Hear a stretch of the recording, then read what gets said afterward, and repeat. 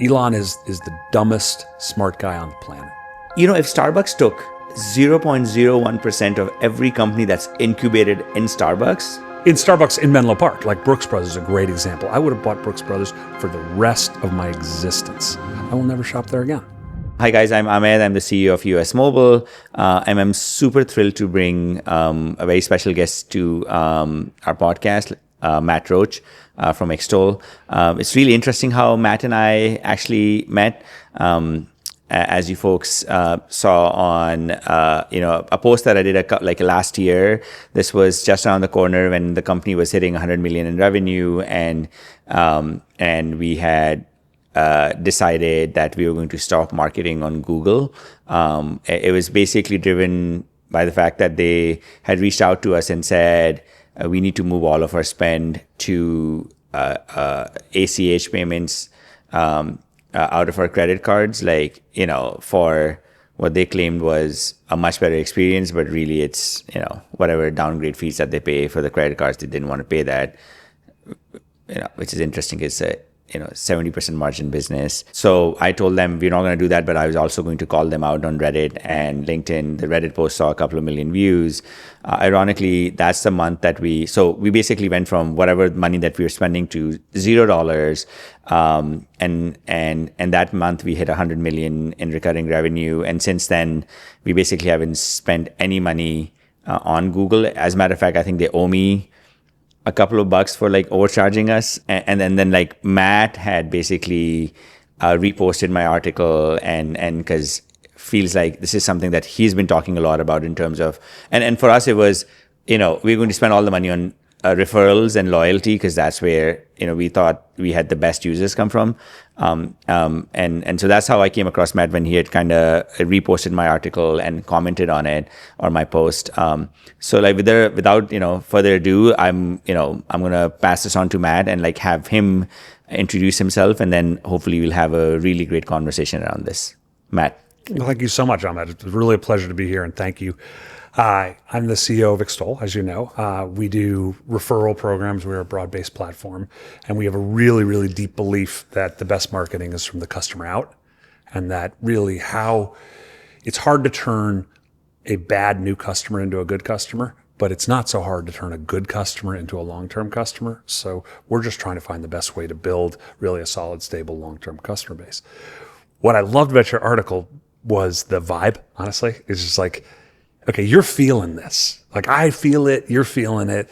And I don't know if you remember I subsequently wrote a article on it. I saw that. Basically calling it the Pimps argument. Because the Pimps argument is basically, you're nothing without me. Right? And that was what Google was saying. It was or Facebook was you're nothing. Without me, I met her as a waitress in a hotel bar, right? But you're not nothing. You're growing. You're 100 million. Maybe you don't need them. Maybe you don't need the pimp anymore. Maybe you actually can be a legitimate business and grow just based on customers enjoying what you provide as a service. And that was exciting for me. I get a little activated by this, but it was exciting. So a couple of questions. Let's talk about, we've obviously exchanged a couple of emails and text messages and LinkedIn messages, and you've got a wide range of clients who are very successful.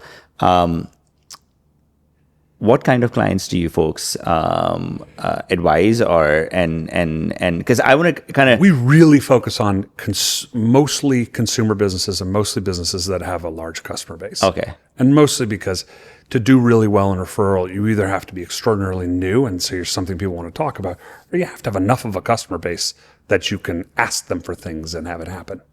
Right, that's a great position to be in. When you say enough of a customer base, what are you talking about? What is an average user base of?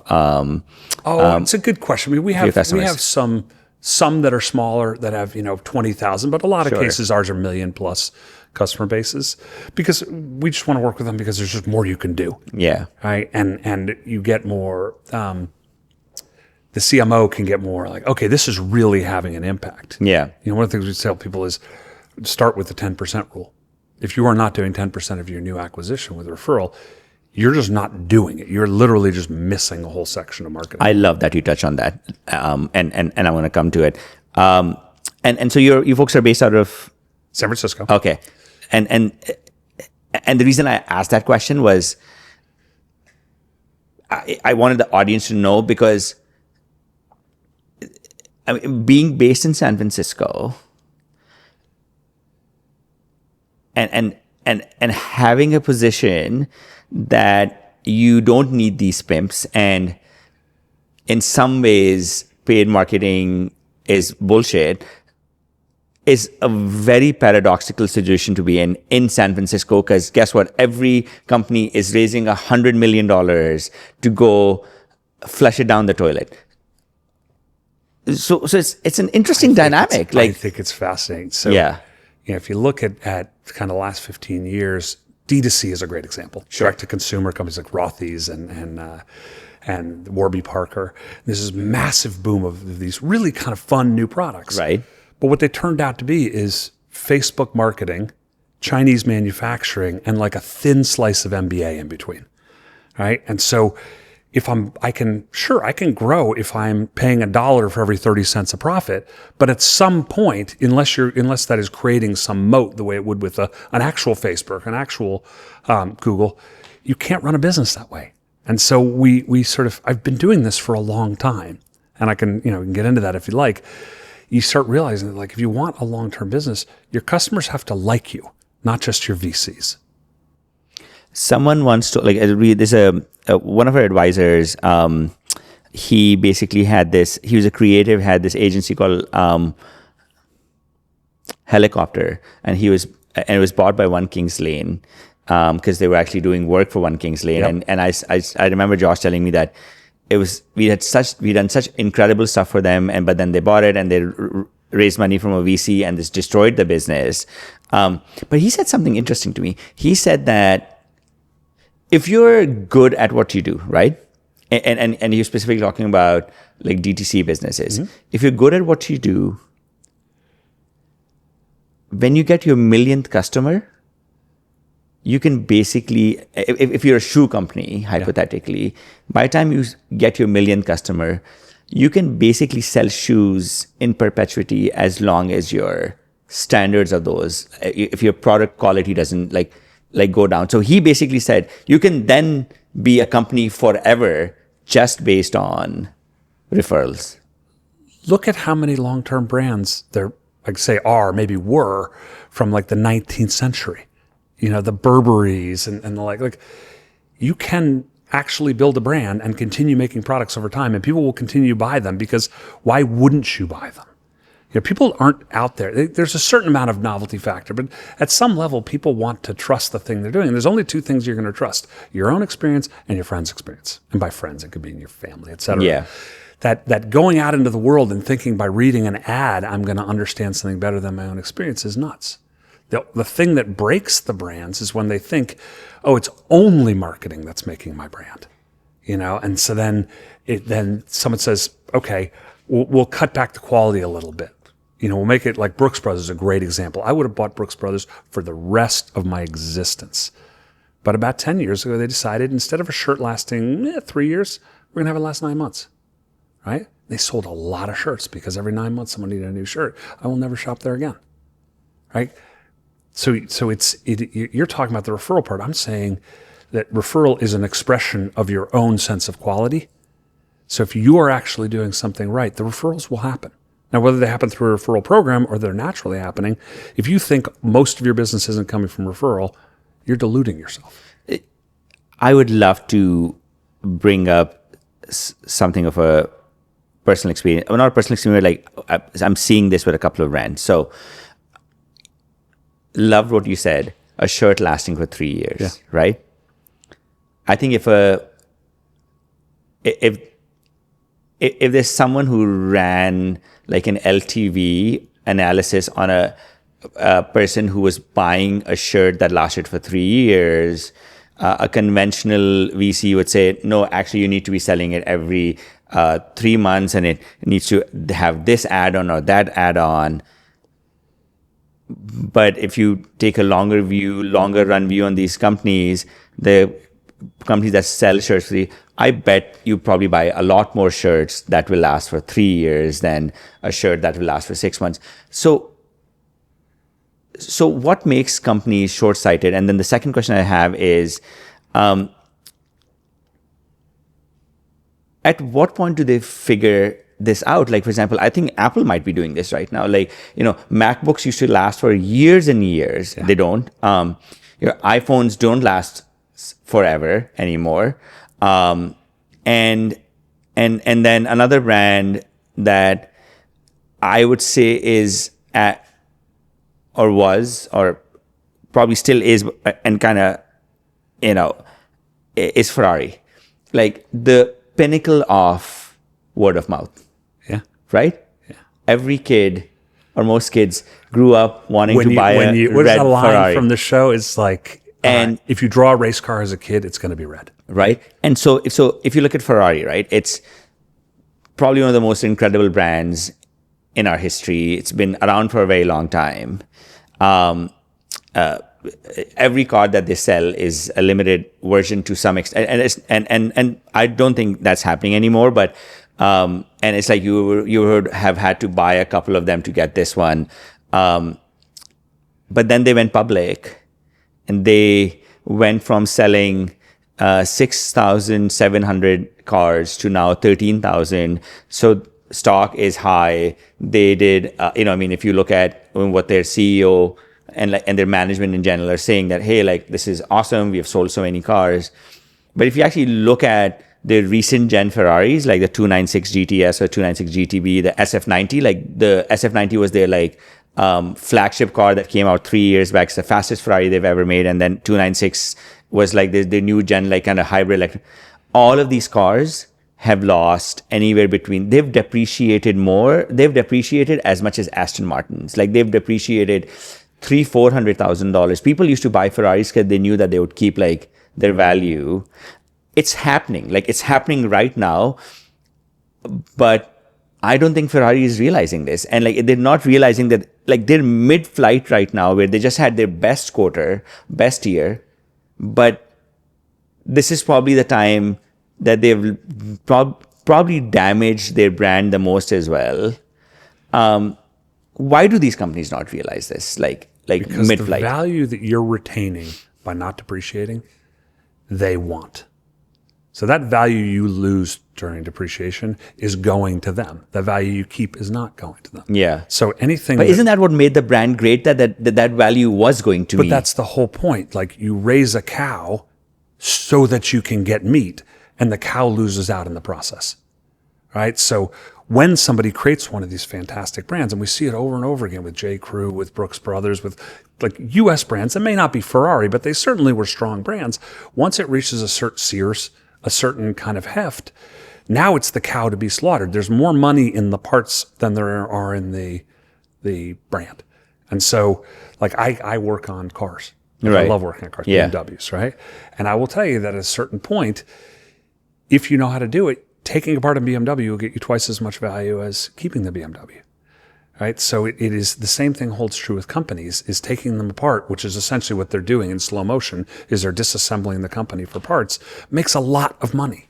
And so if you're financializing, that is the right choice, right? The problem is who cares if the company's around 50? And that's an honest question. Who does? I believe in referral. I believe that if you build a brand, you should keep it.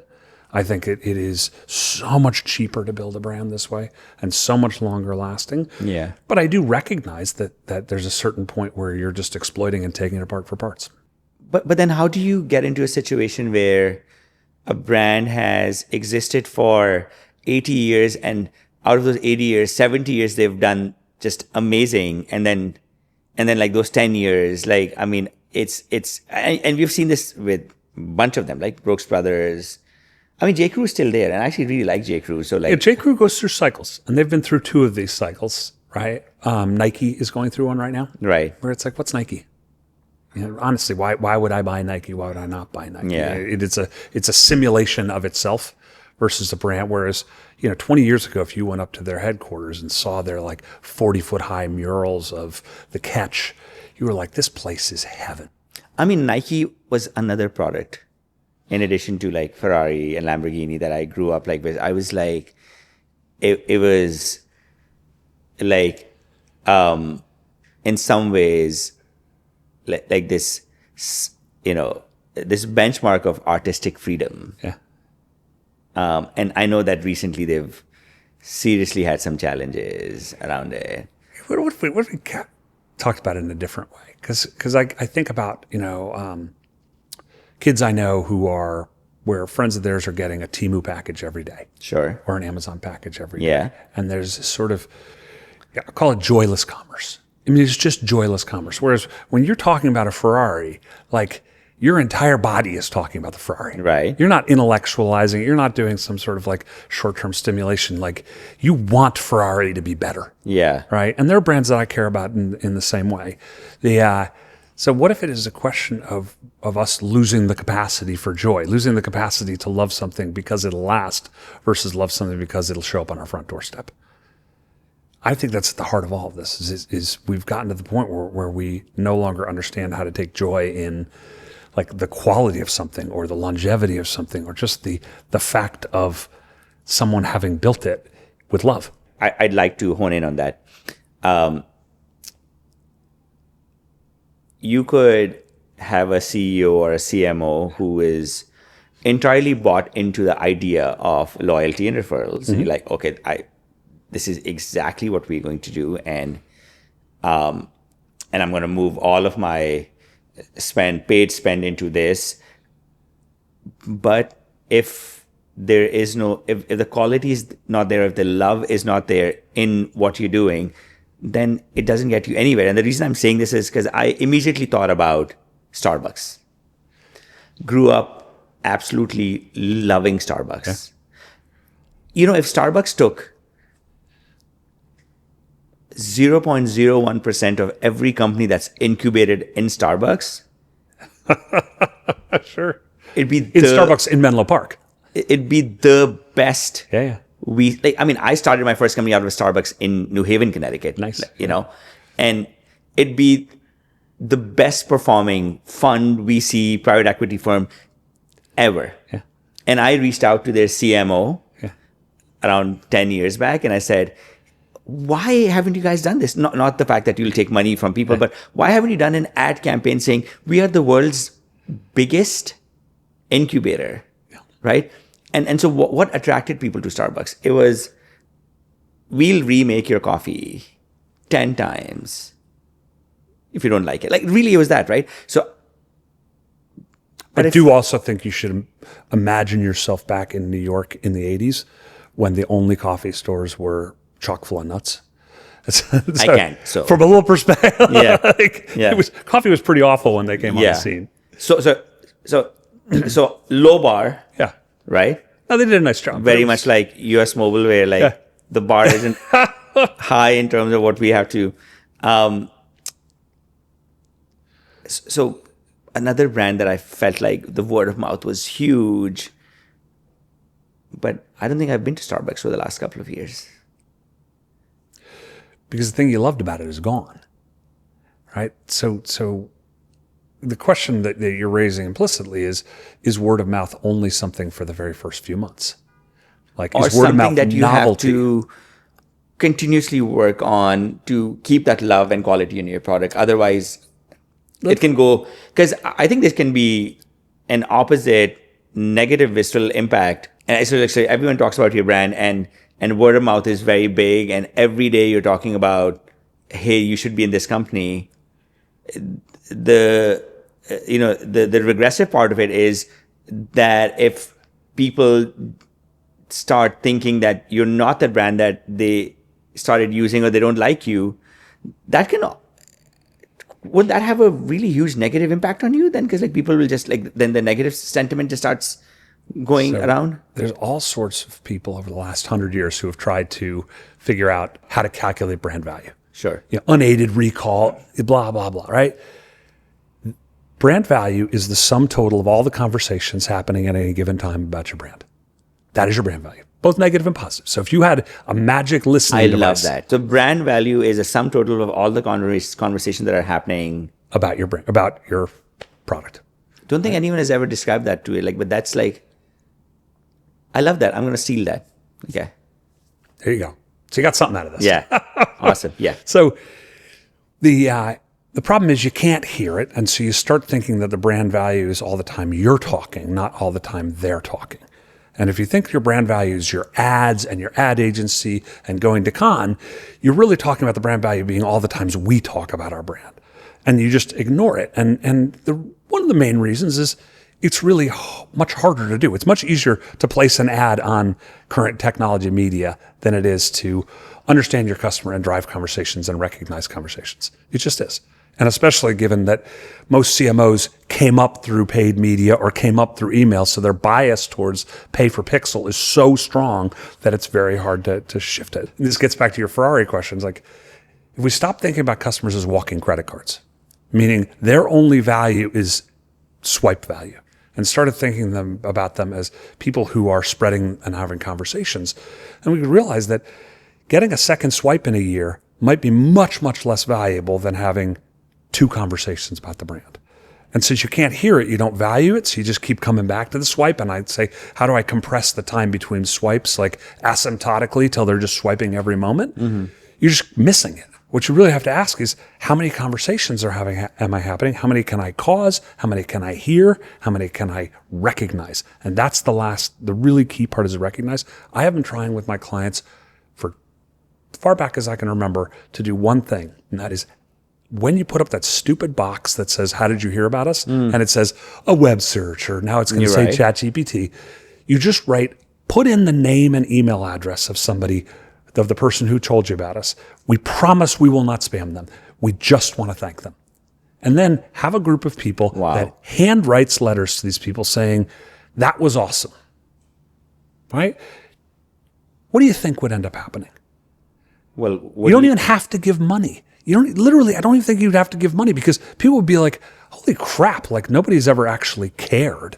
And it has to be at a human level. It can't be like some abstract thing. But honestly, I even think if you send them an email thank you, it's just we stopped treating people like humans and started treating them like walking credit cards. And so we literally, if you think about it, I had a conversation recently with a customer who said, I don't really want to give cash to customers, either a gift card or a account credit. I want to give them coupons because a coupon will lead me to further purchase. I'm like, do you send coupons to Sunnyvale? Do you send coupons to Mountain View? So what you're really telling me is you respect Sunnyvale and Mountain View more than you respect your customer. Right? If you start treating your customer like a human, what you'll find is most people like talking about things. They just want to be recognized for it. So when US Mobile was at $1 million in revenue, 60% of our customers are coming through word of mouth. And our investors are like, yeah, but you got to go and spend money on paid, because they had invested in a couple of DTC brands, and this is going to change. At 5 million, that didn't change. At $10 million, that didn't change. At $50 million, that didn't change. At $100 million, that didn't change. Actually, it's kind of accelerating. And this conversation that we've always had is exactly what you just said right now, which is they think great referral marketing is being transactional. They think great referral marketing is, I'm going to incentivize you. I'm going to give you a lot of money. Nothing wrong with that. Absolutely not. I get it. Yep. But that's not really how it works. So even at this scale where US Mobile is adding, will add close to 1 million customers gross a year, and 2 out of 3 customers come through word of mouth, only 7% of our customers actually use their referral code to get paid for it. And we're trying to get that high because we're like, hey, we're trying to give you money. But it spoke to the point that you did, which is at the end of the day, people just like to be not taken advantage of and to be treated like humans, and they'll do it for free for you. The real thing you're trading when you do a paid version of it, and you should be getting more than you're getting out of your paid referral program, is you can actually start understanding who the people are and having a conversation with those people. So you can understand there's some people who, hey, I referred my sister. Fine. There's some people who referred a bunch of friends. There's some people who are become evangelists, and you could start treating them differently and offering different types of rewards. And that can be very beneficial. Like way I would look at it is, as long as the referral channel, paid referral channel, has as good or better customer quality, and in your business, I'm guessing that's longevity, but there may be other short-term signals for it, than there are other channels, you're fine, right? But the paying ends up, you're really trading the payment for the ability to communicate them over the long term, because you do want to have a conversation with them. You do want to say, like, okay, hey, we're going to release something new. We're opening in a new area. Can I release my advocate army to help me do some work for me? And you're just basically saying, you're people who've shown that you're loyalty. Your real job as a CEO is to make certain that their service doesn't suck. Your second job is to say, hey guys, we're going to be in partnership to help grow this thing, because the more that it grows, the more I can invest in it, the better product I can give. Is there some kind of a equation on like how this maps out in terms of like the time construct of, okay, I'm going to start focusing on, like, I buy what Matt is saying. I've seen the data. I'm going to start focusing on loyalty and referrals, and then like how long till I actually start seeing what the meaningful impacts of this. And you, I think in the earlier you said that like 10% of your customers should be. That's your first goal. Okay. Right? Not to say that some people don't do 2%. Okay. But we have customers doing 40%. Right? It really just depends on. Now, just putting up a link and having a code that people can share through email is not going to get you to 40%. It's not. It's just not, right? So what you have to start, once you get the basics done, so the first thing you want to do is, like any other marketing, make sure the experience is right. So when we work with banks, you say, what does it feel like to do a referral in a branch? Okay. If you don't get that right, then your funnel will be bad. And it's just two funnels. There's a funnel for recruiting advocates, and there's a funnel for converting advocate shares into membership. Okay. Right? So you just treat that like marketing. Like, is my funnel good? Once you have that, then it's about participation. So participation says, of my active customer base, what % of them have participated in any way on this? And we just start looking at is, let's look at subgroups. So why couldn't we get 50% of our customers to refer in the first 30 days? Because honestly, your highest moment of joy with... Yes, why couldn't be? You should. Now the question is how, right? You should be getting... That's a really high number. If you offered $10,000, 100% would. You're not going to offer $10,000, right? But 100% of the people would refer if you offered $10,000. Right. Right? So there's probably some number under there where you could get it just literally by just what your offer was. But there's more you can do. It's of like, what else can you offer somebody? Is there any part of the service that could be made better? Or could you just offer double the reward if you refer in your first 30 days? The highest point of joy in any brand is when someone pays for it. It's not when they receive the service. Wow. So you have to get them at that moment. And everyone thinks, I'll ask them after they've really had a great experience and give me an NPS. I was going to get there. So I'm glad you're bringing that up. You're saying that, like, mathematically, the joy that you'll have in the if first 30... you chart it, like those little journey maps, right, your highest point is when you pay. As opposed to 6 months later, because no matter how great the brand is, some love would have waned. Because we have good imaginations. And we like, nobody switches cellular service because they want to switch cellular service. That's right. Right?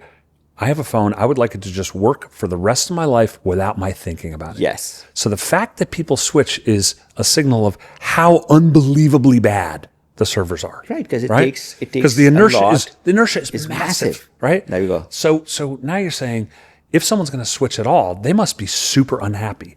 So the moment that they sign over to you, they're in this moment of joy where I'm like, I'm released from the bondage of this thing that I hated. And this experience was good. And so I'm like, that is such a great point. Right? And so what I see with marketers is referral is very contrary. Like, what your instinct is almost never right. Right? So what you say is, instead of waiting until this moment, just do it right then. Say, you're with us, you're on the team, help us build the team. Right? And now you're in a question of, okay, let's set a challenge to the marketing team. How do we get higher participation? Right? And then you play. You have to play. And so there's so many people who build it and like, I got a referral program. When's the last time you changed it? 2 years ago. Mm-hmm. Our highest performing customer changes every 2 weeks. Massively. Like, fundamental changes in the reward, changes in the reward rules and the terms. if Zuckerberg is telling me his AI is going to change my ad every few nanoseconds, why wouldn't referral be any different? Why would referral be any different?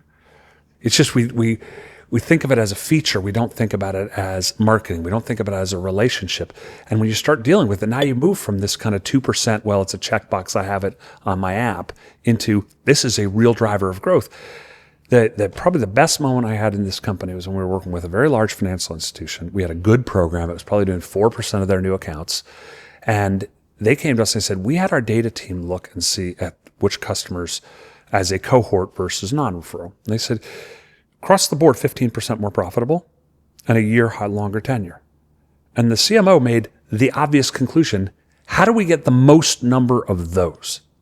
Right? Better retention, the minute you ask that question, then you're suddenly tasking the team, not with, do I have a program, but have we literally maximized the potential value of this thing? Are there other places? And so then you start getting into, oh, I have an employee program. Oh, you know what? I also have installers. I also have third parties who represent. I have the NFL team that we sponsor. You start thinking outside the box and you say, I could start running programs. Now, if it's too hard, you're not going to do it. But that's how you kind of build it up until, wow, what if 50% of my customers participated? So that leads me to, out of these two questions, first one is what we have seen through our referral programs is that the currency that you use for the referral programs matters. And it's not necessarily always money. It's like we have seen people react in like a extremely positive manner if they're getting something that other people wouldn't get, right? So we're all human. I think there's a couple things I would say. So in my past, one of my earlier companies was a company called Offermatica. We were the first company to do landing page optimization. Sure. We did A/B and multivariate testing. This is early 2000s.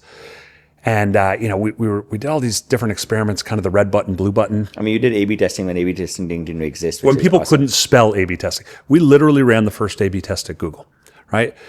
So one of the things you found out is you were trying to search for these sort of platonic form of a perfect page that you could then bestow your wisdom on other people. And he's like, we're going to learn all these things, and then we're just going to tell people how to do a perfect one. And then we learned about this thing called the Hawthorne effect, right? Which is from an old GE efficiency project where this guy did in the Hawthorne plant. I think it's Hawthorne, New York.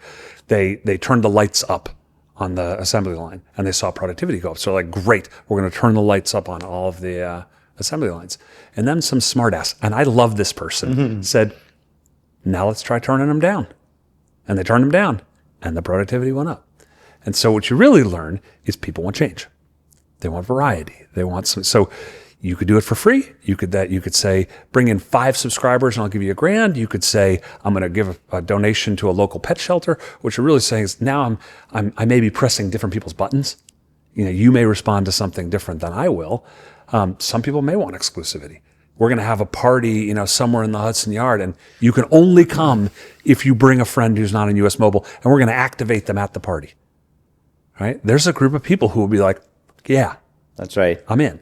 Now, I wouldn't care one iota about your Hudson Yard party. Just wouldn't care. But I might care about something different. You've been so close to referral programs, loyalty programs. Yes. For me, obviously there's ours, and then there's a couple of them that I've looked at over the years. So for me, Tesla, like I was an early, I wasn't even an early Tesla buyer because early Tesla guys were 2008, and then the Model S came in, I think 2011 or 12. I got my first Tesla, and I don't have a Tesla anymore. As a matter of fact, my last Tesla, I had a Cybertruck that we ended up giving away to a customer, by the way. It's a bullet dodged. Yeah, that's the last Tesla we had. But Tesla grew to $1 trillion company based on referrals. And at some point I read that they had spent, and this was like 2017 or 2016, I saw a Wall Street Journal article. I actually still I haven't found it again, maybe I should ask ChatGPT, that the guy who ran that program spent $400 million on the referral program. Because it was insanely aggressive. The first one was you'd get like a Lifetime charging, lifetime charging, $1,000 off, and then you'd get a charger, then a car, and then the third one was an arachnid wheel, which was $5,500. I actually still have my arachnid wheels. I never sold them, and you could only buy. Is that one of the greatest referral programs we've ever seen, or? It's very funny. There was a Elon is the dumbest smart guy on the planet, because he ended up. I love that. I'd like you to. He ended up with the. So we had built Solar City's referral program a long time ago. Sure. And I'm pretty sure that they were basically like, this really works well. We're going to give it a try.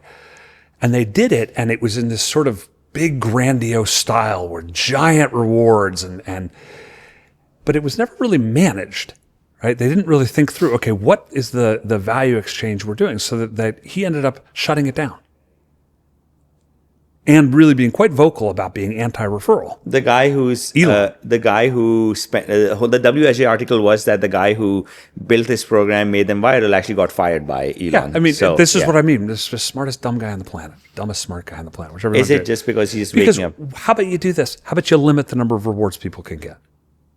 Right? Just that would be simple. Because he's like, we were giving people free cars. Number one, yeah, and you were growing like a weed, and you had extraordinary customer loyalty. And if you actually did the analysis, my guess is the people who were doing the referring were probably buying more Teslas than anybody else. That is right. But I'm almost certain they did not do that analysis. He looked and he's like, somebody did a tweet that said that they got a free Tesla out of all of their $1,000 credits that they got, or whatever, the $5,000 credits, and he got pissed and shut it down.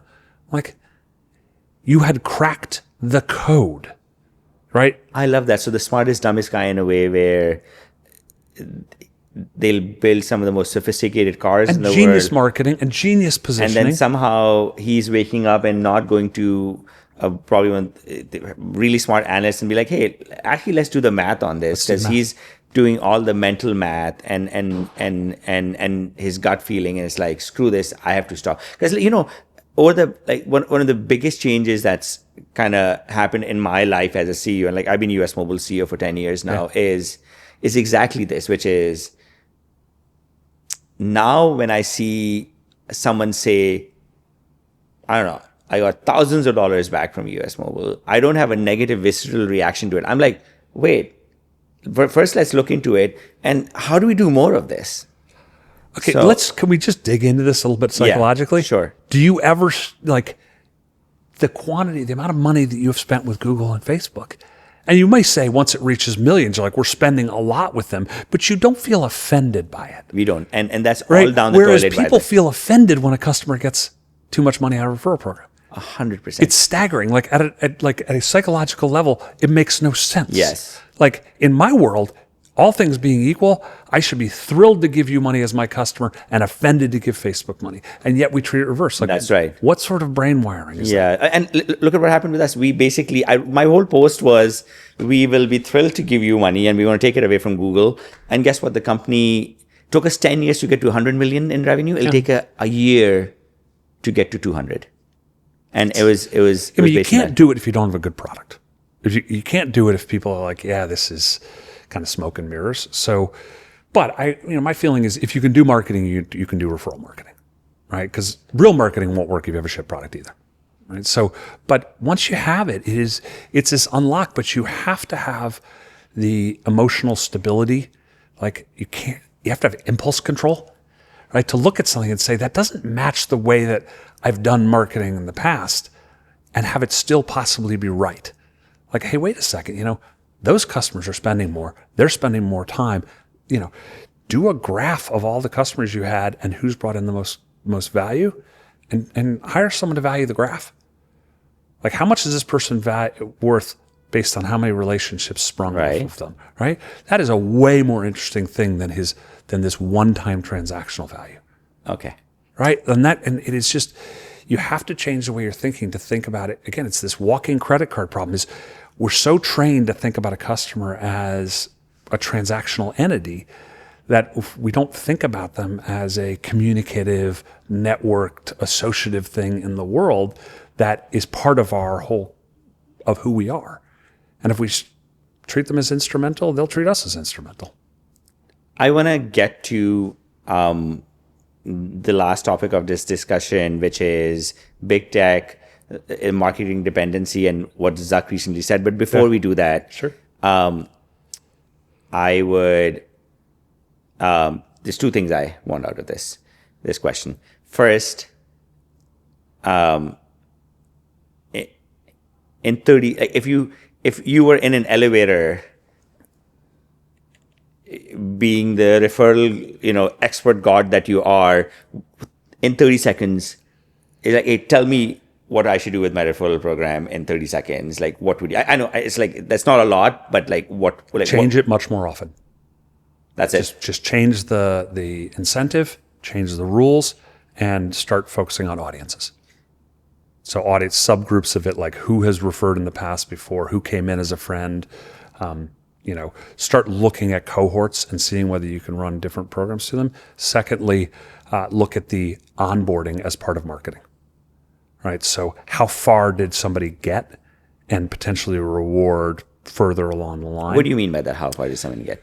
So in banking, I don't know enough about mobile, so I do not want to represent myself. But in banking, customer quality boils down to: did they do direct deposit? Did they fund their account? Did they use the debit card? And then long term, did they get another product like a loan? Sure. So if you say, "Oh, I'll reward you when you start an account," that's not that great. If you say rewarded from debit card, that's probably your best option. But giving an additional reward to the person if the person goes further, and potentially giving rewards to the person themselves if they go further, you start sort of connecting the dots on it. And again, the reward doesn't have to always be money, but you're always higher quality the further you are down this kind of value journey, and treat it like a marketing exercise all the way through, and treat it like a connection to referral. Plus, obviously, as you said, first 30 days are just... Hammer it. Like, just get as many people you can. It's probably one of my biggest... I mean, there's some amazing takeaways from this. Like, my God. But, like, this one is... okay. Obviously, you don't have to name the company but talk about, like, one of your most successful projects or something that you just very proud of. I don't view it as what I'm proud of. I view it as customers that I feel like really get it. Sure. And I think Greenlight's one. Like the kids' credit Greenlight card. is awesome. Yeah. And I think it's... One of my investors is really great friends with either the founder or the CMO. But either way, they really understand it, and Wow. they understand that there's a journey that they're taking customers on. They understand that the customer is a society of people. It isn't just a bunch of, well, in that case, actual credit card holders. And I think that mentality shows, and they've hired very, very good people, and they work hard to try to constantly look at the numbers and see what I can do differently. And that's, I mean, honestly, if you don't have a referral program, the best thing you can do is have a referral program. But if you do have one, the best thing you can do is automate it and just get your hands into it. Because once you get your hands into it more, you'll see, I could try this, I could try this, I could try this. That's so great. Before ending this, let's talk about Zuck's tweet or message or email. I think it's just fascinating. Do you mind if I read it? Absolutely. Yeah, sorry, let me get this up real quick. It just was really interesting. So obviously we're in the era of AI. And this is this quote: "You're a business, you come to us, you tell us what your objective is, you connect to your bank account, you don't need any creative, you don't need any targeting demographic, you don't need any measurement, except to be able to read the results that we spit out. I think it's going to be huge, and it's a redefinition of the category of advertising." When was this? 2 days ago. Okay. And it's fascinating because at one level you're like, I can imagine if you're a CMO, you're like, please. We're just like, where is the customer in this? You've basically just said, I'm going to be the supplier of wheat to Wonder Bread. Right? You don't exist. You don't matter. You don't have a message. You don't stand for anything. You may not even know who the customer is at that point. And so, yes, AI can be incredibly powerful. I think it could potentially transform marketing. But this idea that you're going to just hand it over, all you're basically going to do, all you're saying is, I want you to have all of my margin. and you're going to give me just enough margin to survive like a factory laborer in 1820. Right? I'm going to do it all. I'll connect it. I'll give you just enough money to stay alive as a supplier. Why are you saying that? Is that what Zuck has said, or This is his word? No, that's what's going to end up happening. If you look at the, you know, in the early 2000s, you had companies like Wayfair that started. Sure. Wayfair started as a company called Spinner, Yeah. and it was total keyword arbitrage because keywords were incredibly cheap. Neeraj, right? That's the. Yeah. I've seen he's really good friends with Larry, who's on my company's board. Yeah, so so I was friends with him when he was just getting started. There's like Yeah. 5 people, right? And it was, you know, it was just arbitrage. It was like yoga mats, and they'd find words that were really, really, really cheap and do it, and you could make a lot of money because they were giving you something cheap, and Sure. and you there was a lot to work with. You could get it manufactured overseas and make a profit. And over time, he's had to get more and more sophisticated. But at the same point, this automated marketing has taken more and more margin over time because the prices haven't gone up that much for the actual goods, but the price of marketing tends to go about 8% a year, some cases 13% a year. So all that's doing is compressing margins. So to the point where You're right. I just want to mention something specific over there.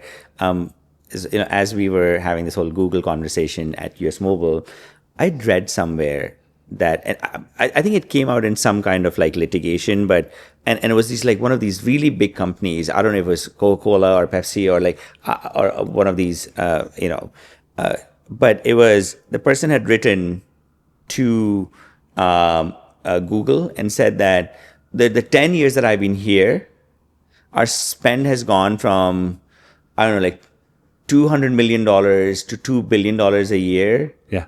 And our conversions have gone down, and we're actually getting less and less business from you folks. Like, this was their message to Google, that what the heck? Right now, you have to pay $1 to get 30% of profit on Facebook. What do you think it's going to be like when they control your access to the customer completely? When you don't have control over creative, when you don't have control over placement? You don't have the ability to create a hedge. You don't have an ability to go around them. You know, one of the ways I pitch referral is like, the CAC will be It's low like enough Amazon that you'll be able to happening afford them. This is like the Yes. Amazon moment Yes. for CPG, fintech, for all like the rest of us. ad, right? Because that's what Amazon did. They basically said, hey, you just have to list your product on Amazon. Yeah. We are going to sell it for you. And then over time, they took over fulfillment. They took over every single thing. And now people are not making any money on Amazon. Exactly. There's another point I would make on the question of sort of this complete outsourcing. Right. And that is, all marketing is a conversation. Right? If you're not listening, you're not really marketing. Right? You're just talking. Right? It's like, imagine going on a date and you're the one talking the whole way. It's not going to be much of a date. So the more you disintermediate yourself from the customer, the less you're listening. And so when we do referral, oftentimes we'll get the actual share messages people do, and we'll just collate them and say, how are the actual people who are sharing and referring us talking about us? And you'll learn incredible things. Like, they don't position us the way we do. You know, they may repeat that it's a good deal, or they may repeat that there's, you know, some sort of bonus, but they'll often use terms that were not in the marketing. All that gets lost when you hand it over to someone. You'll just never really know what they're responding to. Okay. We spoke about how obviously, like, the fact that if you could just outsource everything to Zuck and he just sells the product for you and do it at a reasonable price, which probably is not going to happen, or like reasonable financial. But if they did, like, it's a perfect world. But let's say if it's not a perfect world, then it's an existential crisis or risk. And in that way, how will businesses realistically manage these relationships with these? And what do they do? It's a really interesting question. I think you're seeing it right now with the direct to consumer, right? So as I said, like, direct consumer was an arbitrage between the really effective and reasonably price competitive Facebook and then Chinese manufacturing. You get a little bit of tariffs, and you get a little bit of, and it's gone. And so you're seeing, I mean, look at the stock price of some of the public ones. You know, it's like they're going to not exist. The CEO of Bonobos said recently, you cannot start a D2C company now. Given what the tariffs are. Given where it is with the combination of tariffs and media, you cannot start one. They do not solve. Right? That's pretty staggering. When you buy a $120 pair of Nikes, you're paying $10 for the shoe and $10 for the labor on the shoe. half of the sale is going to either an Amazon or a Facebook or a Google, how much more can that consumer price sustain the level of taxation on it? It's not much higher. And so I do believe that what you'll see is some things succeed because they have zero cost of goods. Talking to an AI, though, that does have a high cost of goods, but some things will succeed that way. But it is troubling. It's hard to understand how in this kind of extractive environment you can actually make things and sell them that have any quality at all. Not to be too depressing. That's why I think if we can have kind of authentic, I do believe that kind of, I say the word community, but I'm not talking about like your YMCA. I'm just like connected human relationships, and we can end run some of the toll takers. I liken it to, I did that article on the Pimps argument. Like there's a guy who's standing on a bridge, and it's the only bridge between you and the town where someone can buy it. And he's like, great stuff in your cart, leave half of it on the ground, I'll let you go over the bridge. That happened. I mean, that was a part of our history. In the Middle Ages, they would run chains across the major rivers in Europe, just big chains. And you could still see the islets on the rock where someone would just run a chain. And if you wanted to put down the chain, you had to give them something. Well, eventually, the authorities were like, you can't keep putting chains up because it's killing us. And I think what we have to think about is let's take the chains off the rivers. Right? And there's some stuff we can do, and there's some stuff we as a society will have to do. Where do the regulators play the role? We had regulators still? Or they got doged. I do think we have to be our own regulators in some ways. I do believe that the consumer is... Consumers have a lot more power than they think they do. And I think that's I think the consumers have much more power than they think. I mean, you see it. Like, consumers are taking Tesla apart. Right now. They are. We're seeing it in real time. Right? Like that's the reversal of the referral program. And it's not like some boycott with somebody, some aging, star down in LA standing up and saying you need a boycott. It's people feeling something. Right? And I think more people feel things, the more they'll change it. And I think we can harness that positively and negatively. What I want to encourage people to do is harness it positively. We do live in a capitalist society. We do live in a place where we consume. We'd like to consume better stuff at reasonable prices. If we want to do that, we're going to have to change the way we relate to it, change the way we relate to tech. Matt, this was, I don't know about the audience, but I have so many takeaways from this, even at the scale that we are at. So this was it was amazing. Like I can't thank you enough for taking the time, coming, and just sharing all of this wisdom. I love this. I really respect what you're doing. Thank you. A lot. And I think it's important for both of us from our two different sides to be talking about things that can work and that are just a little bit more human. And, you carry your side, I'll carry mine. That's awesome.